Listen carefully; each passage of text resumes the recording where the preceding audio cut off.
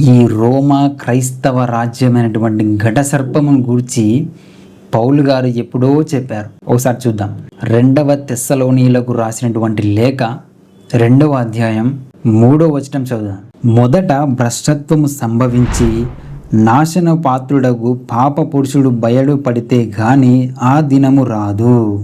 ఇక్కడ నాశనకరమైన పాపపుత్రుడు Konstantin the great రోమా క్రైస్తవ సామ్రాజ్యమైన మత భ్రష్టత్వమును స్థాపించింది, ఘట సర్పమును స్థాపించినటువంటి రాజు ఆ నాశనకరమైనటువంటి పాప పురుషుడు కాన్స్టాంటిన్ ద గ్రేట్.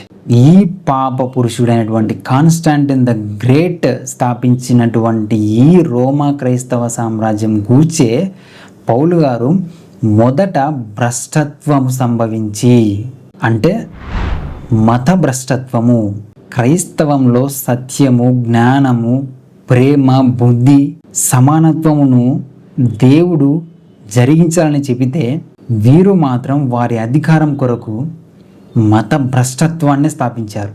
మూఢనమ్మకాలు, అబద్ధ ఆచారాలు, విగ్రహారాధనలు అన్ని దేవునికి విరోధంగా తీసుకొచ్చి వారు సంఘంలో పెట్టేశారు.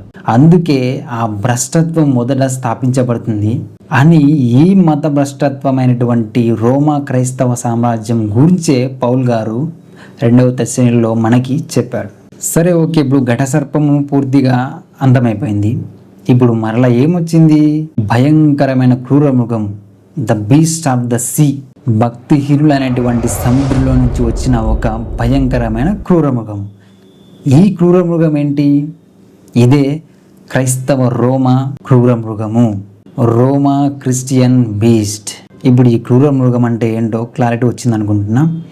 ఓకే, 3వ వచనం చూద్దాం. దాని తలలలో ఒక దానికి చావు దెబ్బ తగిలినట్టుండెను.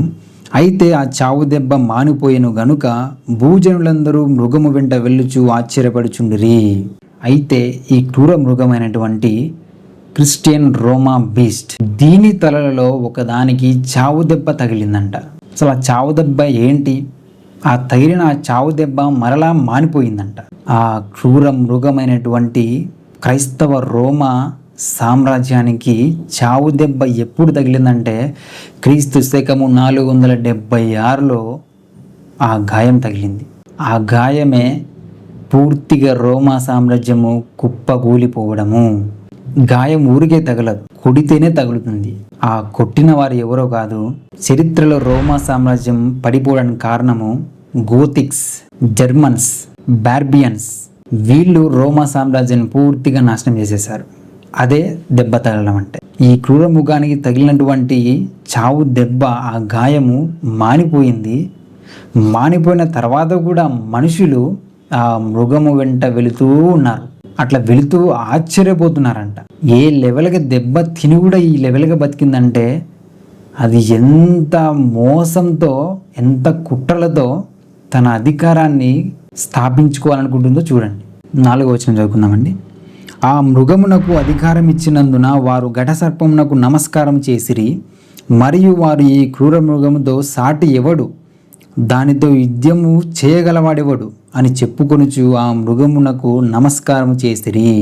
క్రైస్తవ రోమా సామ్రాజ్యమైనటువంటి ఘట సర్పమునకు ఈ క్రూర మృగము నమస్కారం చేస్తుంది. పూర్తిగా మారి అధికారం ఇచ్చేసింది కదా ఈ సంస్థకి. దీనికి ముందుగా ఉన్నటువంటి ఈ ఘట సర్ప రాజ్యము, దీని తర్వాత వస్తున్నటువంటి క్రూర మృగముకు అధికారం ఇచ్చినందున ఈ క్రూర మృగంలో ఉన్నటువంటి రాజ్యంలో ఉన్నటువంటి మనుషులు పూర్తిగా ఘట సర్పమైనటువంటి కాన్స్టాంటిన్ ద గ్రేట్ స్థాపించినటువంటి రాజ్యానికి నమస్కారం చేస్తుంది. అలా చేస్తూ వాళ్ళు పోతూ ఇంకా ఈ మృగము రేంజే వేరు, దీనికి ఫుల్ క్రేజ్ ఉంది, దీనితో ఎవడు యుద్ధం చేసి దీనితో పోరాడగలరు, దీనికి ఎవడు సాటి అని చెప్పుకుంటూ ఆ మృగ సంస్థకి, ఆ క్రైస్తవ రోమా మృగ సంస్థకి నమస్కారం చేసుకుంటూ దాన్ని ఆరాధించుకుంటూ ముందుకెళ్లారు.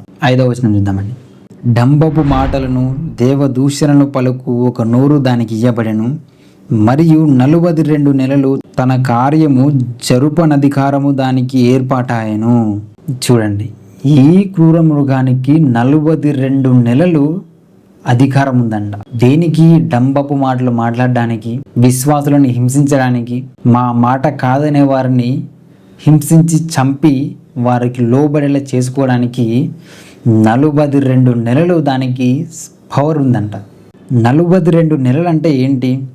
12వ అధ్యాయంలో చెప్పినారు కదా 1260 దినములు అని. 42 నెలలు అన్నా 1260 దినములు అన్నా ఒక కాలములు అర్ధకాలములు అన్నా ఒక్కటే. ఆ అధికార దినములే 1260 దినములు. దీన్ని మనం ఎలా కౌంట్ చేయాలంటే, కాన్స్టాంటిన్ ద గ్రేట్ రాజకీయ మతాధికారంగా పుట్టినటువంటి సంవత్సరమే 312. అదే ద మిలియన్ బ్రిడ్జ్ దగ్గర ఆయన చేసినటువంటి యుద్ధం వలన ఆయన రాజ్య మతాధికారిగా పుట్టుతాడనమాట. ఇప్పుడు ఆ 312 ప్లస్ 1260 దినములు అంటే 312 ప్లస్ 42 నెలలు is equals to 1572. 42 into 30 is equals to 1260. అంటే 312 ప్లస్ 1260 ఈజ్ ఈక్వల్స్ టు 1572. 1572లో ఏం జరిగింది? బర్తలోమై మారణకాండ. చరిత్రలో 1572లో బర్తలోమై డే అని ఉంటుంది. బర్తలోమై డే రోజున మారణకాండ జరుగుతుంది. ఆ మారణకాండ ఈ క్రూర మృగం జరిగించిందే. అంతటితో సంఘమైన స్త్రీకి కాస్త రిలీఫ్ వచ్చిందనమాట. దాని తర్వాత అంతవరకు భయంకరంగా స్త్రీని, విశ్వాసులని, బిషపులని, పాస్టర్లని, బోధకులని, ప్రీచర్స్ని వాళ్ళ అధికారంలో పెట్టుకొని హింసించేవాళ్ళు. మేము చెప్పిందే చేయాలి, మాకే మీరు లోబడాలి అని. అలాగా ఈ సమయం ఎందుకు ఇచ్చాడంటే 42 నెలలు అనేది సంఘమైన స్త్రీకి 42 నెలలు తర్వాత అంత భయంకరమైన శ్రమలు ఉండవు. అప్పటి నుంచి వారికి రిలీఫ్ అని మనం గుర్తించడానికి అంత టైం ఇవ్వబడింది. కావాలంటే మీరు 12వ అధ్యాయంలో 6వ వచనము 14వ వచనంలో ఒకసారి చూడండి. 6వ వచనము, ఆ స్త్రీ అరణ్యమునకు పారిపోయాను, అచ్చట వారు 1260 దినములు ఆమెను పోషింపవలనని దేవుడు ఆమెకు ఒక స్థలము సిద్ధపరిచి ఉంచెను. 14వ వచనము, అందువలన ఆమె అరణ్యములో ఉన్న తన చోటుకి ఎగురునట్లు గొప్ప పక్షిరాజు రెక్కలు 2 ఆమెకి ఇయ్యబడెను. అచ్చట ఆ సర్ప ముఖమునకు చూడకుండా ఆమె ఒక కాలములు అర్ధకాలము పోషింపబడును. ఈ 42 నెలలు ఒక కాలములు అర్ధకాలము 1260 దినములు మొత్తము ఒకటే. వాటిని మనం గ్రహించి ప్లస్ చేస్తే 1572. ఆ స్త్రీకి హింస తగ్గిపోయింది. తర్వాత హింస ఉండదు, ఇండిపెండెన్స్ వచ్చిందని మనం అర్థం చేసుకోవాలి. 13వ అధ్యాయం 9వ వచనం చూడండి. ఎవడైనను చెవి గలవాడైతే వినుగాక, ఎవడైనను చెర పట్టవలనని ఉన్న ఎడల వాడు చెరలోనికి పోవును, ఎవడైనను ఖడ్గము చేత చంపిన ఎడల వాడు ఖడ్గము చేత చంపబడవలెను. ఈ విషయములలో పరిశుద్ధుల ఓర్పును విశ్వాసమును కనబడును. అట్లా ఈ ఘటసర్పము మరియు క్రూర మృగము నిజమైన సంఘాన్ని హింసించింది. వారు ఎంత హింసించినా సరే మాకు మా క్రీస్తు, మా తండ్రి అయిన దేవుడు ఆజ్ఞలే ఇంపార్టెంట్ అనుకుంటూ జీవించే వారు ఉన్నారు. అట్లా వారు ఎవరైతే ఖడ్గంతో వచ్చి చంపేస్తున్నారో అలా చెరపట్టబడాలనుకున్నవాడు ఈజీగా చెరలోనికి వెళ్తాడంట. ఎవడైనా సరే ఖడ్గము చేత చంపిన ఎడల వాడు కూడా ఖడ్గము చేతనే చంపబడేలా చేస్తానని చెప్పేసి అంటున్నాడు. అలాగా వారు ఎంతో మంది విశ్వాసులని హింసించి చంపేశారు దేవుని ఆజ్ఞలు పాటిస్తూ ఉన్నందుకు. అందుకే వారు ఎంత హింసిస్తున్నా సరే ఈ విషయంలో పరిశుద్ధుల ఓర్పును విశ్వాసమును కనబడును. అలాగా ఈ క్రైస్తవ ఘటసర్పము తర్వాత ఈ క్రైస్తవ క్రూర మృగము సంఘము చాలా హింసించి అబద్ధంలోనే ఉండేలా చేసి అధికారాన్ని పరిపాలిస్తూ ఉంది. ఆ పరిపాలనలోనే 7వ వచనంలో చూడండి. మరియు పరిశుద్ధులతో యుద్ధము చేయను, వారిని జయింపను, దానికి అధికారం ఇవ్వబడెను.